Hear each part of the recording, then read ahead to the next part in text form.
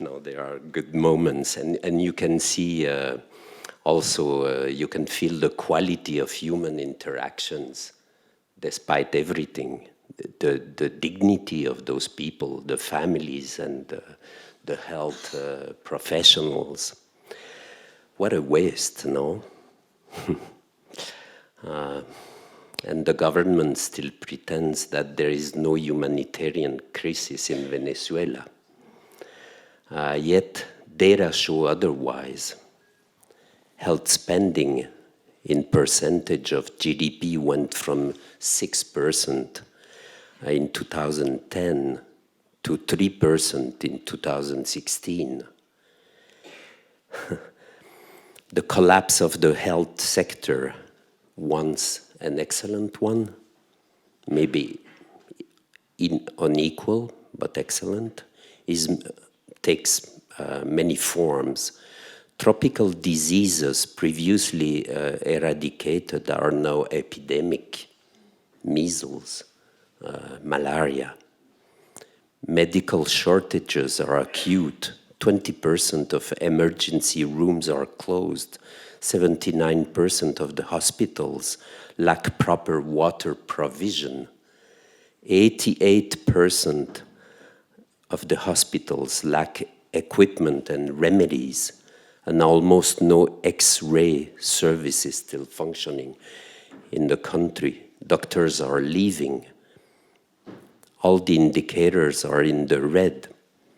It is true that the Bolivarian government did a tremendous effort at the beginning of the 2000 decade to make health care accessible to poor people, especially with the help of Cuba. Indicators at that time showed a tremendous improvement. Then things deteriorated.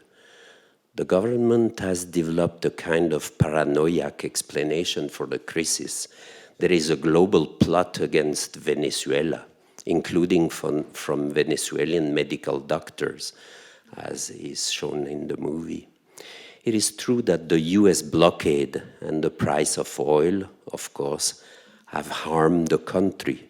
But to say the truth, for many people, the government of Venezuela and its political and social choices is to be held responsible for the collapse of the health system. And, well, this movie shows the crisis with much decency and much reserve. Through the life of ordinary people. And it is a very interesting choice from Tuki Yenkel of having no comments, no external voice in the movie, and to bring in a group therapy, because that's what it is, where real people act in various roles to dramatize the situations they live. So that was my brief comment. I propose I will introduce our two speakers and commentators, and then we will have some brief questions, and then we'll open the floor for questions or comments, whatever. So let me introduce Cristina Hoyos and Tamara Taraciuk. Espero que... qué bien. Bueno, Tamara is acting America's deputy director for the NGO Human Rights Watch. She's based in Argentina. She was born in Venezuela. She has been covering Venezuela for Human Rights Watch for a decade and published extensively on the case. She has a master's degree in law from Columbia Law School. Cristina is the head of the Latin American and Caribbean unit of the Geneva Center for Security Sector Governance, the DCAF. She has been working for the Swiss Cooperation Agency in conflict prevention. She was also a diplomat and a negotiator for the Colombian government in 2 different peace processes. She holds a PhD in geography from Humboldt University in Berlin. So thank you for being with us. I wanted to ask Tamara, in your view, what is going on with this health crisis in Venezuela? I first heard about this in a trip to Caracas in 2014. People started talking about shortages of medicine and shortages of food. And at that time, it was very hard to convince people that things were starting to deteriorate. But I think it's important to highlight that this is something that has been going on for quite some time. And the other very important point when thinking about this health crisis that this movie shows very well, is that this is not the consequence of a natural disaster. This is a man-made crisis for which Venezuelan authorities are largely responsible. And they are responsible because they, as you said, initially denied that there was a crisis. After evidence that was undeniable, they started recognizing that there were some problems, but they attributed them to the US government without recognizing the full scope of the problem. And the practice since then has been first hiding epidemiological data. There was one health minister that published information that indicated huge rises of maternal and infant mortality in 2016. She published this in early 2017. She was immediately dismissed, and there have been no epidemiological bulletins published since then. So the government is hiding the magnitude of the crisis. And the other clear action is retaliation against those who dare speak up. We've documented cases in which doctors or nurses or health professionals have been arrested because they speak about the crisis in Venezuela. And that is another element that contributes to the government's the government's responsibility. And this is why this is a human rights issue. And it's not only a sad story, but it's a violation of the rights to health and the right to food. And an important thing to understand regarding this is that it's a humanitarian emergency. It's reached levels, you've given some data, but this has reached levels that we have not seen in Latin America in a very long time. So diseases that are preventable by vaccination and had been eradicated in Venezuela are back. You mentioned measles, that's the same case for diphtheria. And this is very important to understand because the response by the international community has been slow. And we can talk more, and we will later, about the UN response.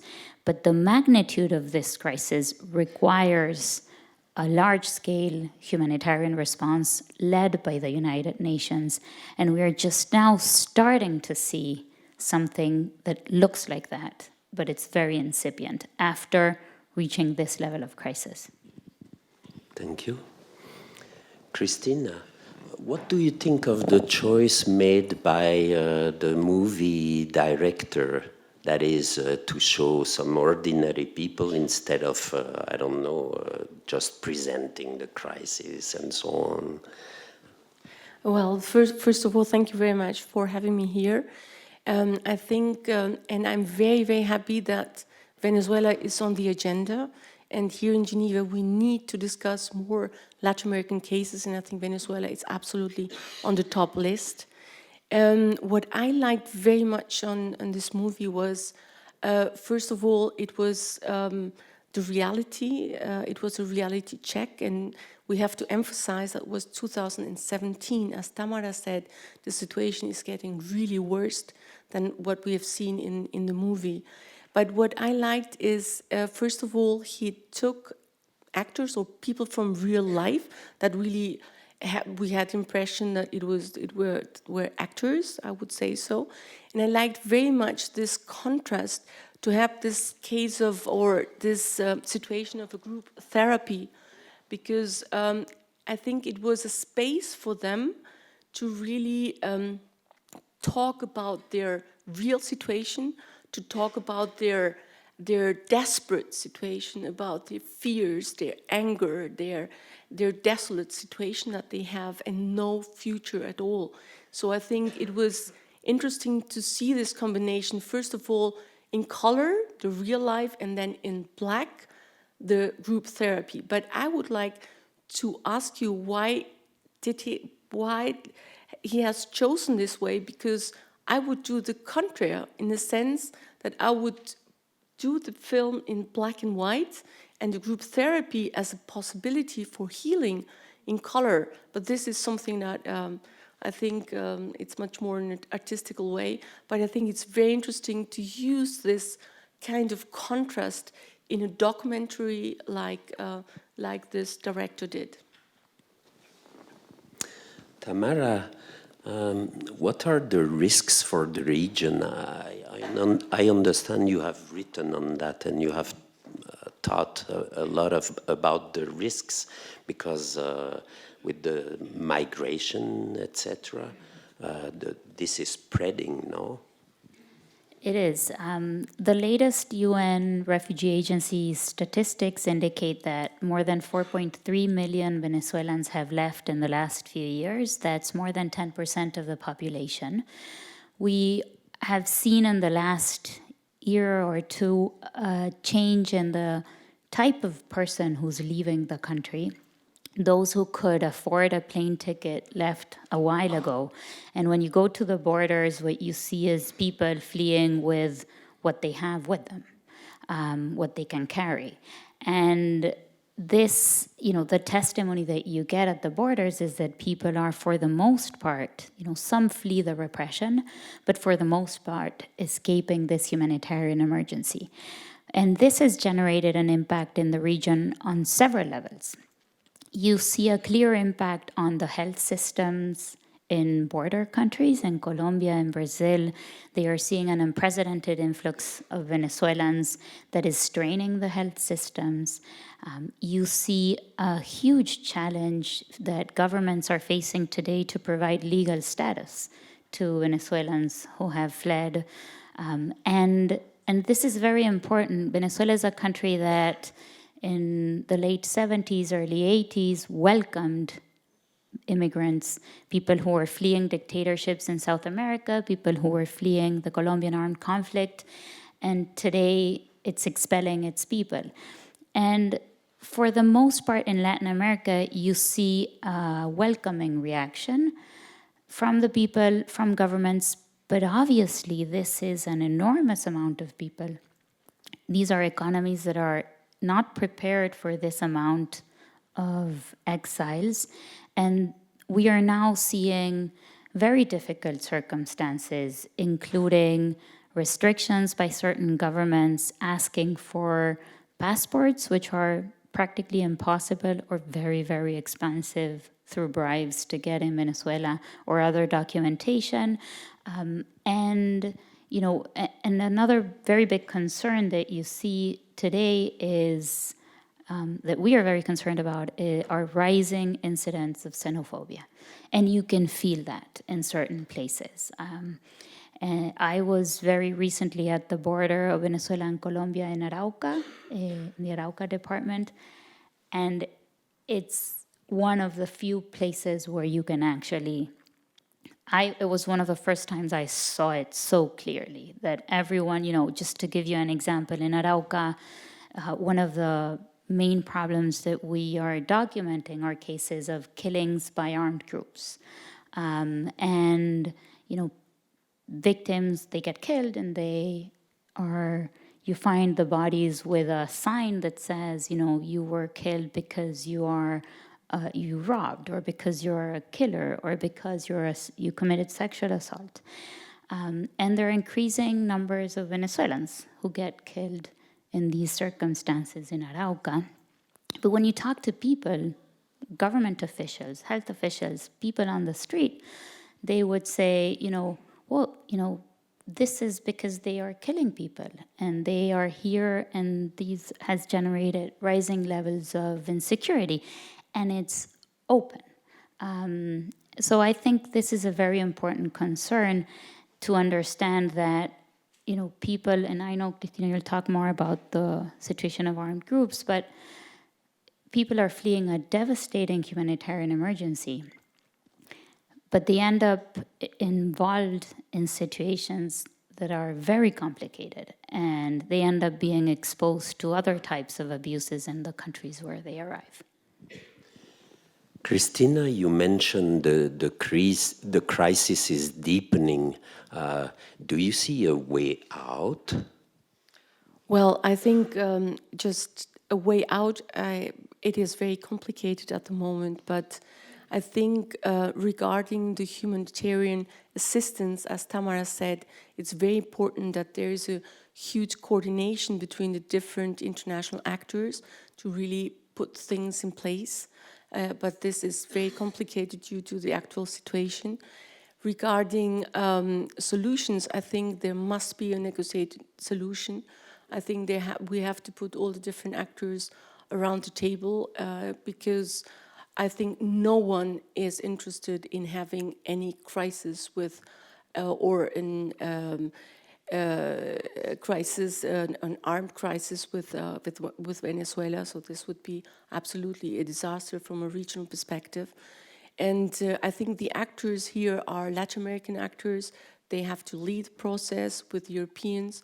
And I think there could be some possibilities to change.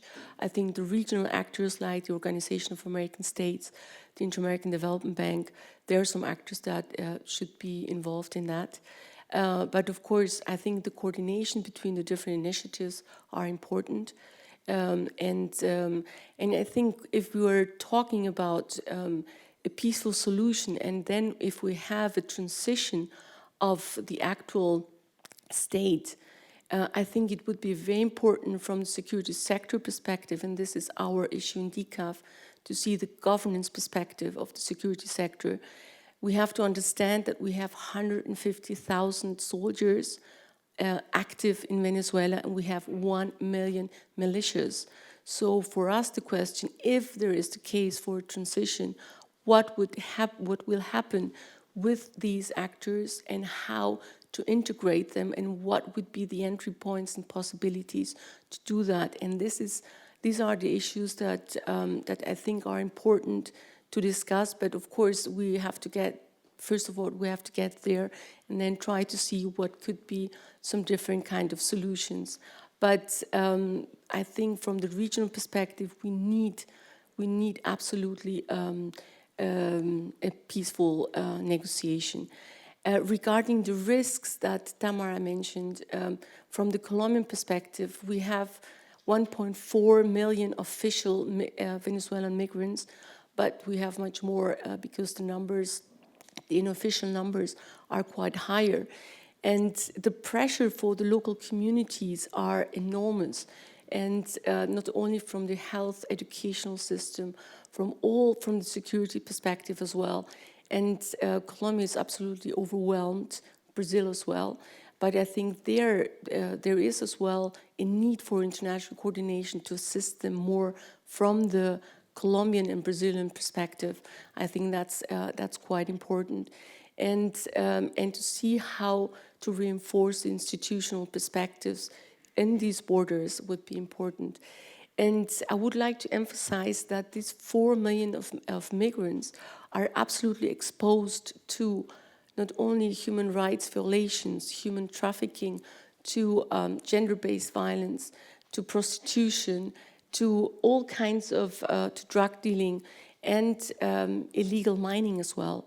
And the problem that from the Colombian perspective that we see is what is going to happen with the dissident of the FARC that are located in Venezuela and with the ELN, and what will happen because they are operating from Venezuela, and this is of course a problem from the Colombian perspective in the implementation of the peace accord. So their challenges from the region are huge, and I think there must be an international coordination for a solution.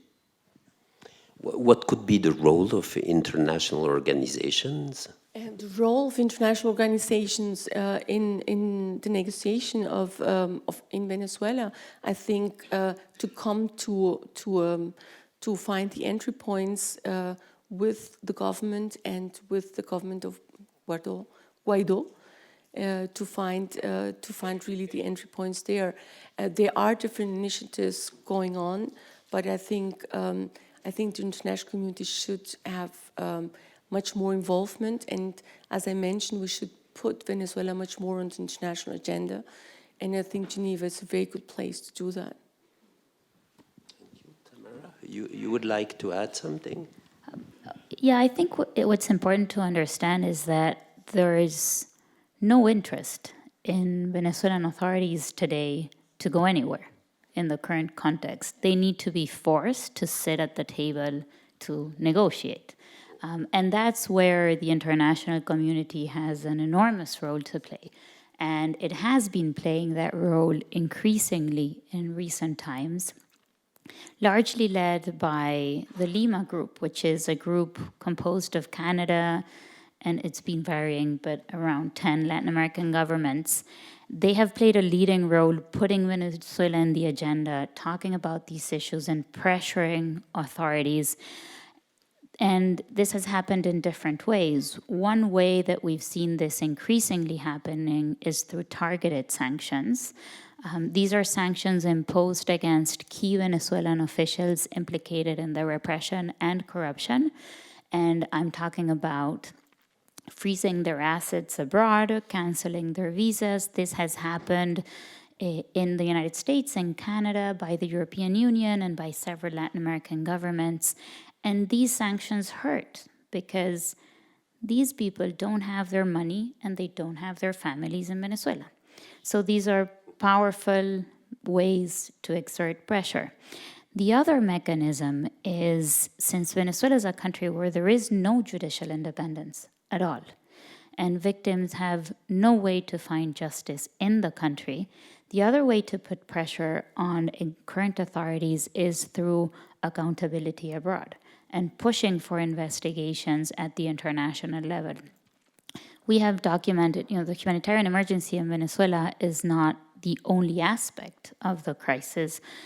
We have documented thousands of cases of arbitrary arrests, torture, killings, and victims of all these abuses are not going to find justice in Venezuela. What the international community has done is push for accountability abroad through two mechanisms. One is the opening of a preliminary examination by the International Criminal Court. The Office of the Prosecutor is currently looking into the situation of Venezuela. And the other is very recent, and it happened right here in Geneva last week. It was the adoption of a resolution by the UN Human Rights Council that created what's called a fact-finding mission. This is a special mechanism composed by independent experts that should be appointed in the next few weeks to investigate killings, disappearances, arbitrary arrests, and torture and other cruel and inhuman treatment. And this is a huge victory for victims that are closer to seeing perpetrators one day in court. And this is important to exert pressure and to send a clear-cut message to Venezuelan authorities that, they will be held accountable eventually. And this pressure forced them to sit at that negotiating table. So, since this happened right here in Geneva a few days ago, I think it's important to talk about it in this context. Thank you very much. May I propose that we open the panel to some questions? I'll take 3 at a time, and please be very brief.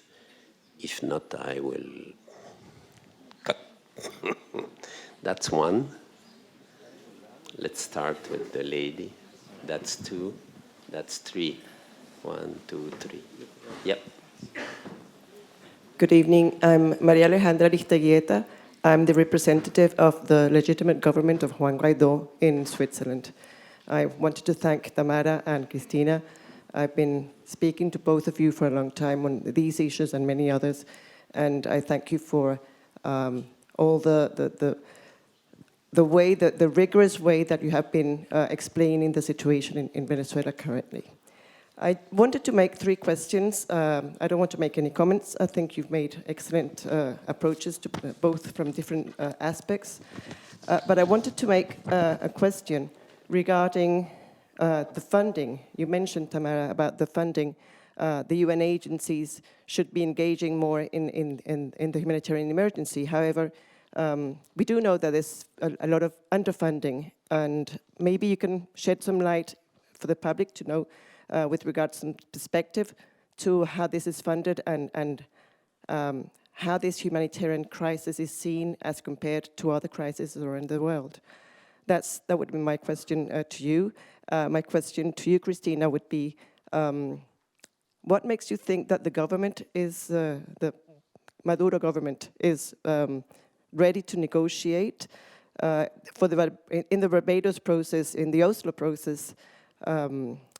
The Guaidó team put forward a proposal with several elements where they would go eventually for general elections, guaranteeing a transitional government with a consensus person taking those several months until the electoral system was in place to take free and fair elections. And this was not taken by the Maduro government, and was not. They decided they were going to go into consultations, and never came back to the negotiating table. Thank you. That would be my. I'm explaining. Sorry. My third question would be about the persons that were in that documentary. What happened to these people? I would like to know. Thank you very much. A second person was there. Thank you. I just have one question. What is the root of the crisis? Why did it happen at the beginning? It was many years ago. What caused it? And there was a third question there. I'm going to be quick. I'm just curious about the data. Please introduce yourself. Oh, my name is Alejandro. I'm from Venezuela. I work for different organizations, but I'm curious about the data. How you managed to gather the data? Because under the circumstances, I think if I don't recall, Human Rights Watch is not allowed to be in Venezuela. So how you extrapolate, and the Minister of Health got fired. So how you managed to extract that information and make decisions based on that? Okay, so we have a set of 4 questions, plus what they did. What happened to those people, I think we don't know. I know of a couple, but... You know of a... Yeah. So okay, please. Should I? So I have 4 that I wrote down. First, on Maria Alejandro's question about the funding and comparison with other crises in the world, the reaction by the United Nations, led by UN Secretary General Guterres, was very slow. For a long time, the highest levels of the United Nations focused on a silent diplomacy that was unsuccessful in ensuring that aid entered the country. When we published our report in April documenting this, we showed that the situation was very bad compared to what the UN was doing, and that silent diplomacy was failing. And we called on the UN Secretary General to actively say what was going on, call things by their name, say that this was a complex humanitarian emergency, and to mobilize larger support. It was after that, this was a report that Human Rights Watch did jointly with public health experts from Johns Hopkins University, because precisely we wanted to talk to the public health and the humanitarian communities. And after that report, one of the doctors who co-authored the report presented our findings at a UN Security Council meeting. And after that meeting, Guterres, for the first time, tweeted that 7 million Venezuelans were in need of assistance. That activated a humanitarian response plan that was published in August for 6 months, for a total of $223 million. It's hugely underfunded. And not only is it underfunded and it just aims to cover 6 months of an emergency that is clearly going to last long, but it explicitly says that it will cover less than 3 million people when Guterres recognized that 7 million were in need of assistance. So in terms of the funding of UN agency, I think it's a huge step that they're moving towards creating a humanitarian response plan, because this is a crisis that's too big for any one humanitarian actor to address, and it needs the leadership of the United Nations, but we're very, very far away of implementing a response that is commensurate to the needs of the Venezuelan people. And, you know, in terms of comparisons, it's very difficult to compare apples with oranges, I think you say in English. But when we published our first report on the humanitarian emergency, we actually included a section that compared Venezuela's health crisis to the situation in Zimbabwe in the 1990s. That was the closest analogy we could find in terms of hyperinflation and the situation in the country. What happened with the people in the movie? I only know of the situation of 2. One of them passed away, and the other is living outside of Venezuela. In terms of what's the root of the crisis, there are different moments.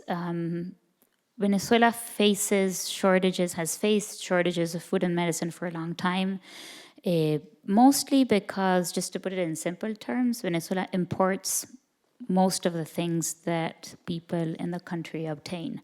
And due to currency controls and the diminishment of the oil prices and huge mismanagement by authorities, they have less money to purchase things to bring into the country. And there's very limited internal production, and that generates the shortages. But there's also an important component, which is what I was talking about at the beginning, in terms of responsibility by government authorities in creating and contributing to this crisis. So I think it's important to understand all those elements. And when you talk about the US sanctions and on the oil sector having, you know, a responsibility in this, I think it's very important to clarify that although the latest sanctions could potentially have an impact in making it harder to import food and medicine because of over-compliance, not because of the language in the sanctions itself, the truth is that this crisis clearly predates those latest US sanctions. And then in terms of data, I think that's the last one. We are definitely not welcome in Venezuela. We also don't ask permission to do our job. So, you know, we have gathered information from official sources that have been reported to UN agencies. We have used the limited available information by official sources. We've done our own research. And we've relied a lot on local organizations that are doing a tremendous job. And in terms of the impact on the region, there's very interesting data gathered by neighboring countries today about the situation of Venezuelans when they arrive to Colombia or to Brazil in the health sector. Also, the parliament has issued a report on the state of health and the hospital statistics on the hospitals. So that is public sources. Yeah, and there are great sources from, for example, there's a network of doctors and residents that work all over the country, and they gather information.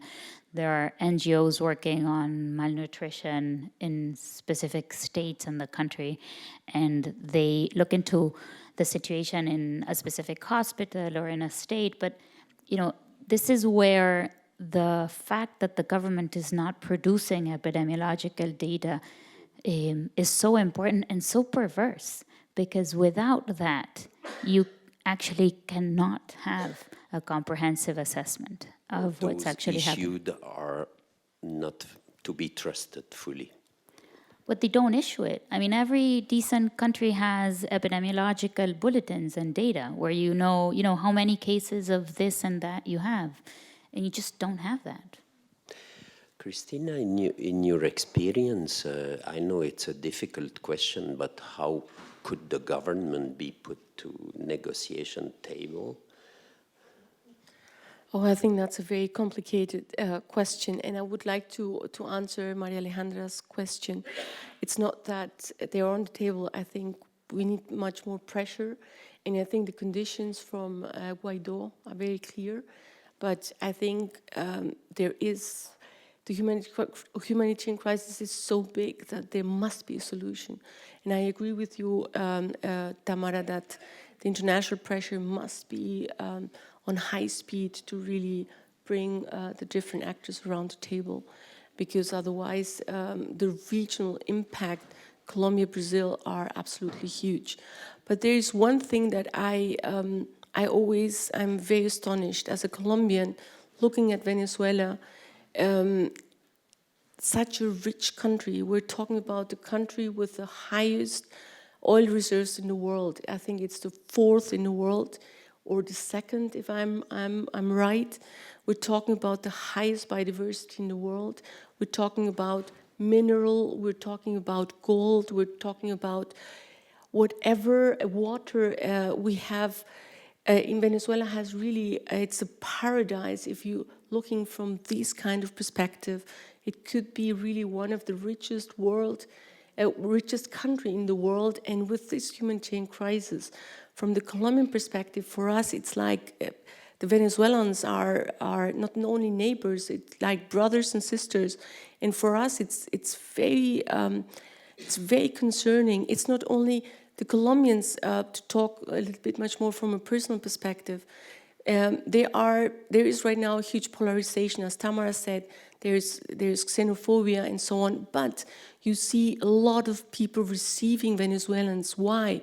Because so many Colombians have been traveling to Venezuela and have been received absolutely in a very open and very friendly manner.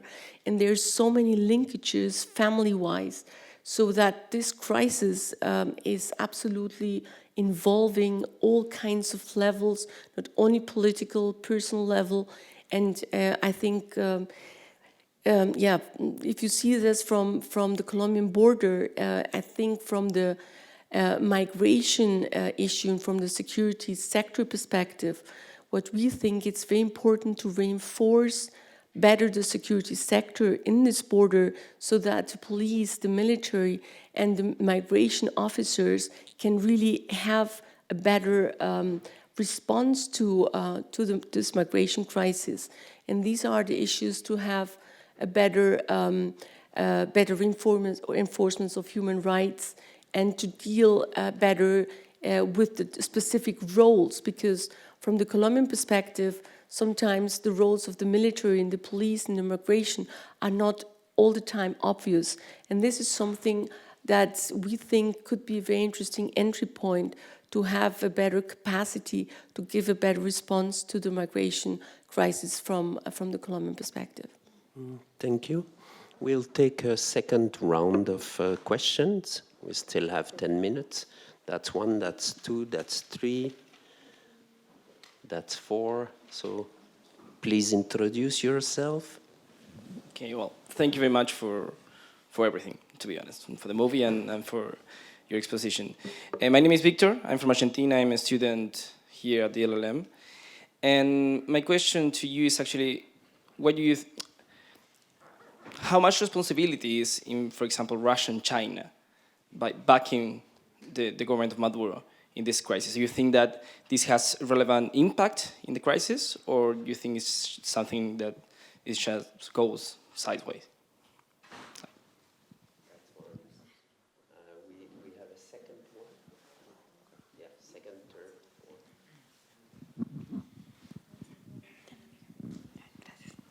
Thank you, and thank you very much for the film as well as for the presentation. My name is Romina Procel, and I come from Ecuador. And well, now I'm very interested on one specific factor that I mentioned, that is the public perception of migrants, because xenophobia has extremely increased over the last months and years, perhaps the last 2 years. And my questions would be, have you considered or are you working towards like with the, I don't know, with the media, because you know how influencing could be the media within the countries as well as social media. So have you considered working with them, or are you already working with them to improve public perception of migrants? And my other more like a comment would be, you mentioned for Tamara, I think you mentioned that one of the efforts that should be taken so for me, it's not a fact of showing data or of showing what's happening, like to make people understand what's really happening in Venezuela, but because I'm pretty sure that they know that they are killing people, and I'm pretty sure that they know that we people in other countries, we also know about those things that are happening. We know that people have been put in prison, like with no reason. We have for instance, one of the cases of Leopoldo Lopez. And I would say, yeah, so for me, it's most a recognition by the other governments that needs to be put in first place rather than spreading the word of what we already know that's happening there. Thank you. We have a third question there. And maybe a little related, my name is Monica Aguirre, I'm from Mexico, and I'm just very frustrated at the fact that Latin American countries around Venezuela have not done anything either to push and help our fellow Latin, people that are suffering. And I understand this situation with Russia and the United States, and I just feel every year, and the Guaido movement, I had like a lot of hopes for, and now I'm just frustrated that nothing has happened, and we're just observing little by little this becoming a stagnated crisis that will soon be sort of taken for granted, like Cuba. Now this is the reality of Venezuela, and nothing is happening, and us, Mexico, and other countries are doing nothing to help. So it's just an observation that I just feel very frustrated, and I don't know how to move forward. Some of these negotiating, hopes that Cristina exposes, I feel, are a little bit idealistic. I don't know how we're going to get to that table, so it's more of a comment. Frustrating, I guess. Thank you. We have a fourth. Hi, my name is Jennifer Chase, and I'm with UNFPA. But I'm actually interested, since Cristina has this background on the peace process in Colombia, how this exodus of Venezuelans to Colombia is impacting the situation with internally displaced persons, which we also know is increasing right now under the current government.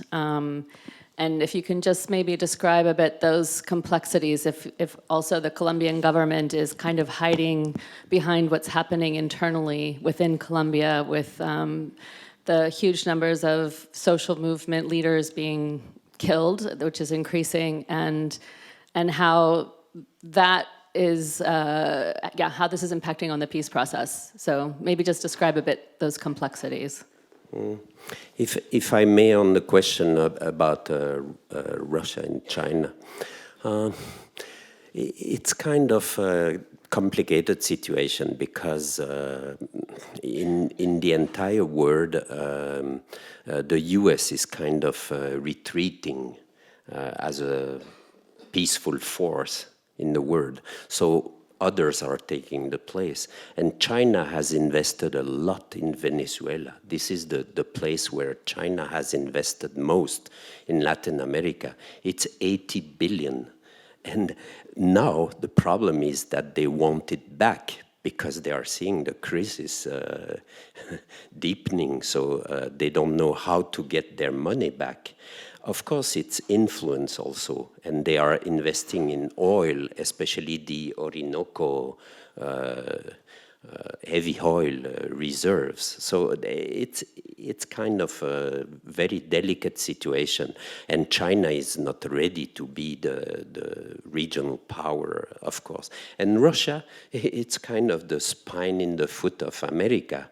They are providing military stuff to the regime, somewhat through Cuba and somewhat directly, but they are not also ready to be, I don't know, to be more involved. And it's very, I don't know, some 10 billion or something. It's much less than China.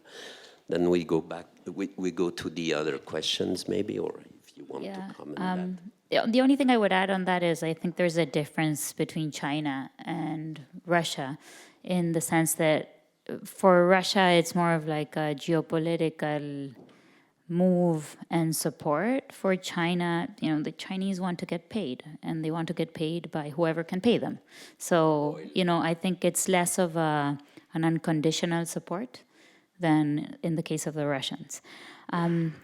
So quickly, because I think we're running out of time. In terms of xenophobia and working with the media, yes, we've done that and we've tried to do that, and we typically use the media to give greater visibility to our concerns and what we do, and we've done that in the case of Venezuelan exiles. It's a very difficult thing to do, not because of the media, but it's, it has to do with mobilizing public opinion and people. The media can help, but it's a very delicate issue and it's a very complicated one, because even if you have a lot of media coverage, some people just have very strong feelings on these situations, particularly if you're in a country with, where there is high unemployment and the economy is a mess, and you suddenly get a lot of people coming. So we definitely use the media and social media, and we've done campaigns. For those of you who know a little bit of Latin America, we've done a campaign with Ricardo Montaner, who's a love singer-songwriter, to try to get to his 9 million Twitter followers. So we've definitely done that. But it's a tough one. And then there was a question about, if everyone knows what's happening. I think you said that from Ecuador. I think that now many more people know what's happening. I don't think everyone knows what's happening still. There's still a lot of, education to do, particularly in countries that are far away from Venezuela. And, this is a crisis that doesn't touch them directly. So that, I think, still continues to be an enormous challenge. And then, Monica, on your comment about Latin American governments and Mexico, I would separate Mexico from Latin American governments, unfortunately, because we lost Mexico. Mexico used to be an ally, a very strong actor pushing for accountability and human rights in Venezuela and leading efforts by the Lima Group. And the foreign policy of the current administration is very different. And you can see that in the voting record of Mexico during the last council sessions when they abstained in the resolution that the Lima Group proposed, creating that fact-finding mission. Latin American governments have consistently, through the Lima Group, with its changing membership, pushed for strong measures to deal with the situation in Venezuela. And that is a very important change from 2 years ago, when there was actually no recognition and no reaction by the region of what was happening in Venezuela. So I think, it's not easy to be optimistic on Venezuela, but I would, what I try to do when I think of where we are with Venezuela today is to think not only where, we don't just need to compare the current crisis with where we want to be, which is where we will want to get, but also compare it to where we were 2 years ago. And the change 2 years ago to today in terms of the international reaction is huge.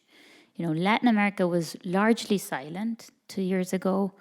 The Venezuelan opposition was largely divided 2 years ago. And so the strong reaction by Latin America has spearheaded reactions by other governments in Europe, in Canada, in the United States. You know, it's more complicated. We can talk about that in another panel. But there clearly has been a strong reaction. And I think that gives us hope in terms of putting increasing pressure on Venezuelan authorities.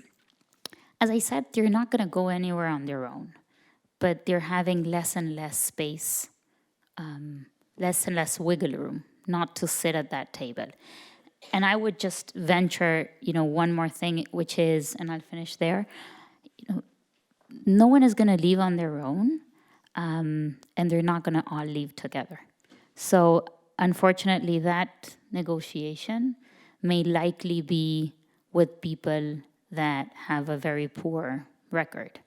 And we will have to say why, you know, what are the conditions for that to happen, for, at least from a Human Rights Watch perspective. But the conditions are very different from what they were 2 years ago. So I would encourage you to be a little bit more hopeful in terms of what can happen moving forward. Okay. No, thank you very much. I would like to answer your question, or try to answer your question, regarding the implementation of the peace accord in Colombia and the challenges that Colombia is facing with the migration crisis from Venezuela. First of all, since the signature of the agreement, we have an increasing level of community leaders being killed. There are about 680. That was the level of March this year, I think. And of course, these community leaders, they are mainly from leaders from human rights and environmentalists. No, and exactly. And thank you very much. And this is one aspect. The Colombian government is working in 24 areas where they are integrating the ex-FARC members. And these are the so-called ETCRs, that are special spaces for creating capacity for the ex-FARC members. And the situation that we are seeing there in these specific spaces where we are working as DCAF, specifically to get more voices from the women, trying to find out what are the needs for security and justice. What we have seen is that they are threatened from different sorts and different places. And what we have seen is that the security situation is changing constantly. It's quite volatile, and to implement the projects, they are quite complicated. But what we have seen is as well, much more from a different level, is that the places where the FARC were right now are the ELN, EPL, the EPL. They are working in the spaces where the FARC were not, where they left. So these are creating a lot of tensions, and with other organized groups. So the level of violence in several of these ETCRs are getting higher, and this is quite a challenge for the Colombian government.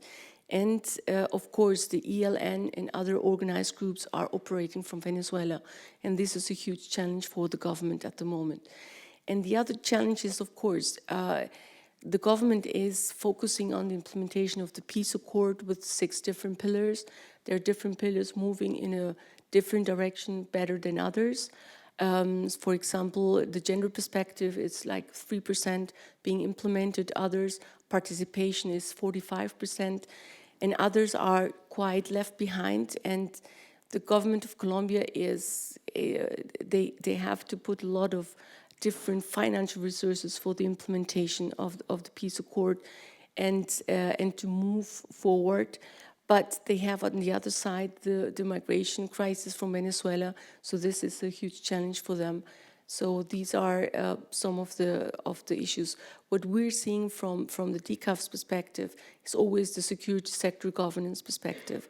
And this is what we are working in Colombia, specifically in the ETCRs, specifically with women, and trying to see what are the needs to create a better capacity within the police, for example. That's our partner, or that we are working in Colombia. But the migration crisis has a lot of implications for the implementation of the peace accord on local level. And right now, the huge challenge will be with the election of the mayors and on local level, and specifically on the border in Colombia. This will be a challenge because there are pressures from different parts. Thank you very much. That was the word of the end. Thank you to both of you and to all the public. Thank you very much for being with us.